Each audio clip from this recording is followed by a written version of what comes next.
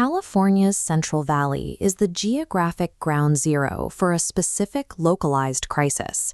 In Madera County, methamphetamine drives 80 to 90% of substance-related crime and chronic homelessness. The standard response to this epidemic is a cycle of arrest and incarceration. This carceral pipeline costs taxpayers between $30,000 and $70,000 per prisoner annually, yet recidivism remains high. This creates the re-entry cliff. Individuals are processed through the justice system and released back into the community without any meaningful intervention for the addiction that led to their arrest in the first place. Even within the public health system, the available funding is heavily opioid-centric, prioritizing interventions like Narcan and methadone.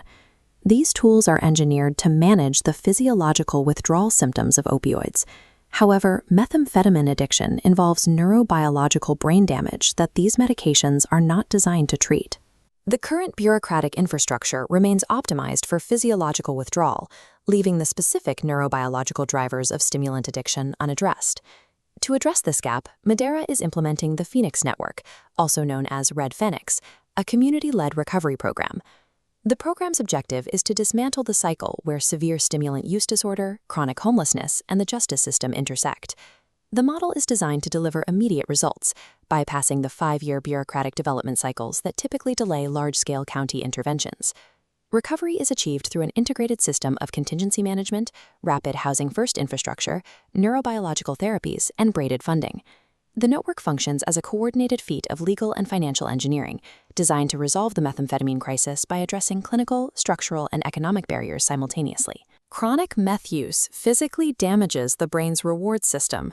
It depletes D2 and D3 dopamine receptors, breaking the connection between action and reward. This physical depletion results in a cognitive condition known as temporal discounting. In this state, a person mechanically loses the ability to prioritize long-term consequences over the immediate relief provided by the drug. This biological reality makes punitive threats, such as future jail time, ineffective. A brain with damaged receptors simply cannot process a delayed consequence while in the midst of a crisis. Currently, there are no FDA-approved medications capable of repairing this specific neurobiological damage. Because the brain's physical hardware is currently unmedicated, the intervention utilizes a behavioral software patch to target the reward circuitry that remains. This chart shows how contingency management functions as a neurobiological prosthetic. The mechanism uses escalating financial reinforcements to provide immediate, tangible feedback. Early results show a 95.5% rate of negative drug tests among completing participants. The second component of this clinical patch is an experiential therapy called Sunset Surge. Participants engage in moderate-intensity exercise, such as guided community bicycle rides, during the critical early stages of abstinence. This protocol naturally upregulates and physically grows back the depleted D2 and D3 dopamine receptors by an estimated 15%. While contingency management holds the behavioral line immediately, the exercise protocols work to slowly regenerate the brain's physical hardware. However, clinical stabilization cannot occur if a patient remains on the street.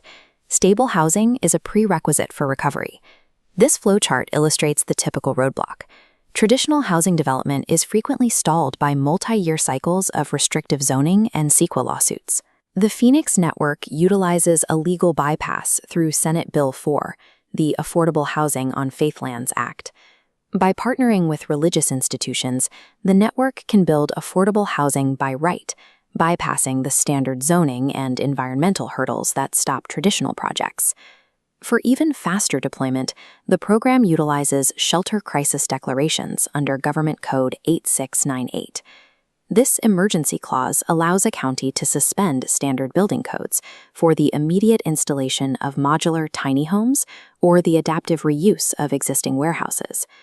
Solving a biological crisis requires an immediate staging ground, which can only be secured by leveraging these emergency real estate laws. Implementing contingency management creates a point of legal friction. Distributing cash rewards to patients technically risks violating the federal anti-kickback statute. The solution is the Cal-AIM Section 111505 demonstration waiver, which was approved by federal regulators in late 2021. This waiver provides the statutory basis to use Medicaid funds for contingency management incentives, legally bypassing the anti-kickback restrictions for this specific clinical use. This animation shows the braided funding model. The Phoenix network weaves different revenue streams into a single pipeline. The first thread uses Proposition 1 and housing grants strictly for capital development. The second thread utilizes bridge housing funds to cover security deposits and basic setup. The third thread utilizes CalAIM recovery incentives to fund the actual clinical case management and cash rewards. By separating capital, setup, and clinical cash flows into these distinct categories, the blueprint creates a legally compliant ecosystem that remains fully funded. This schematic brings the entire Phoenix network into focus. Neurobiological repair, emergency real estate bypasses, and braided funding form a single architecture for recovery. The financial justification is clear. Community-based interventions like this yield an estimated $7 return for every $1 spent.